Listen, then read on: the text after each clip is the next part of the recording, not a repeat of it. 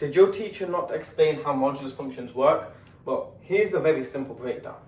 We have two lines. And the way I think about it is this is y positive and this is y negative. So why do I label it this? Because all we're going to do to the modulus function is deduce that. The first part is all positive, so we have 2x plus 4 minus 5 to expand out to be 2x plus 3.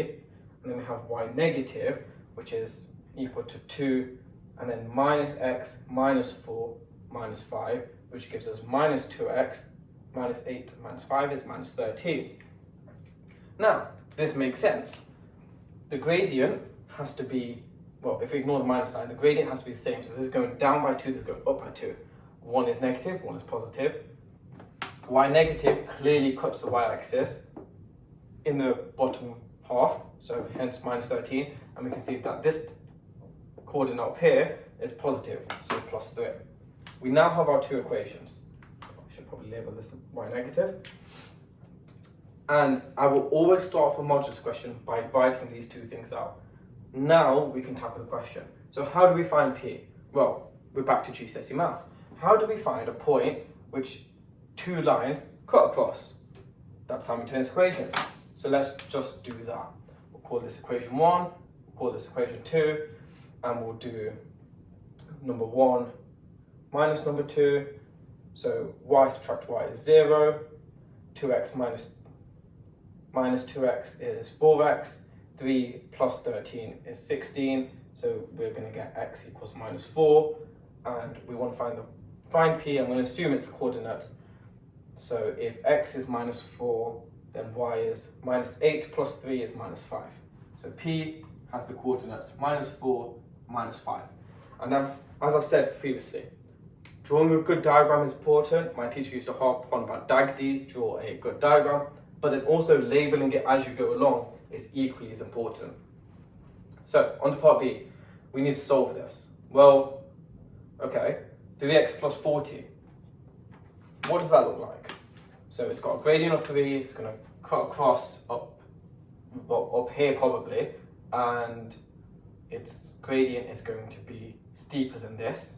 So we're going to assume it looks like that, meaning it's going to have one intersection here and likely one intersection all the way down here with this graph, with this line.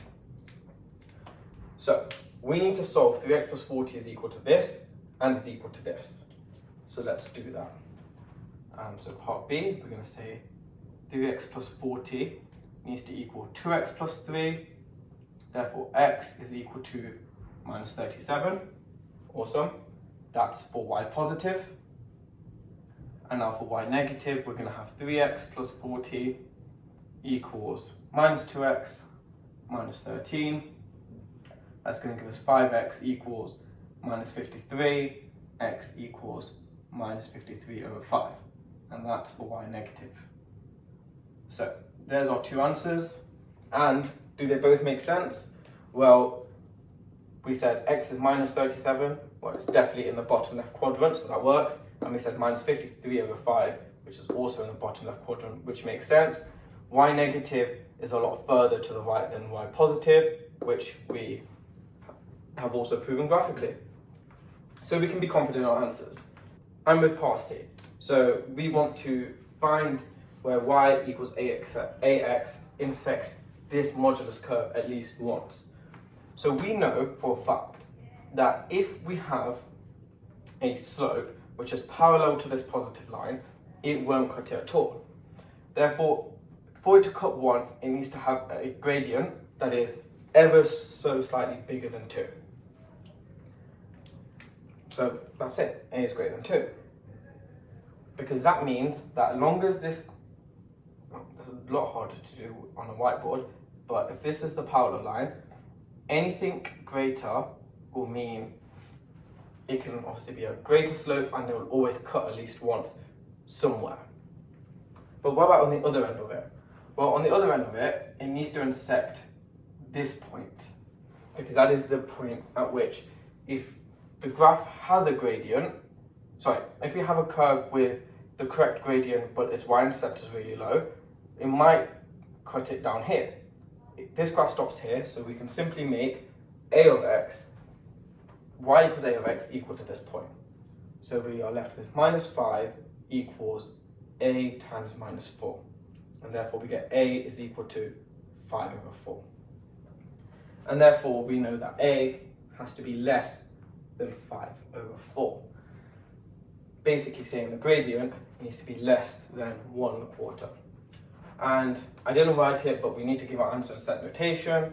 So we've got our curly brackets, x colon, x is greater than 2, curly brackets, or, curly brackets again, x is less than 5 over 4, and all curly brackets.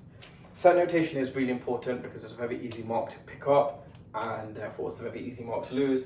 So just get used to it, keep practicing it, and let me know what you thought of this question.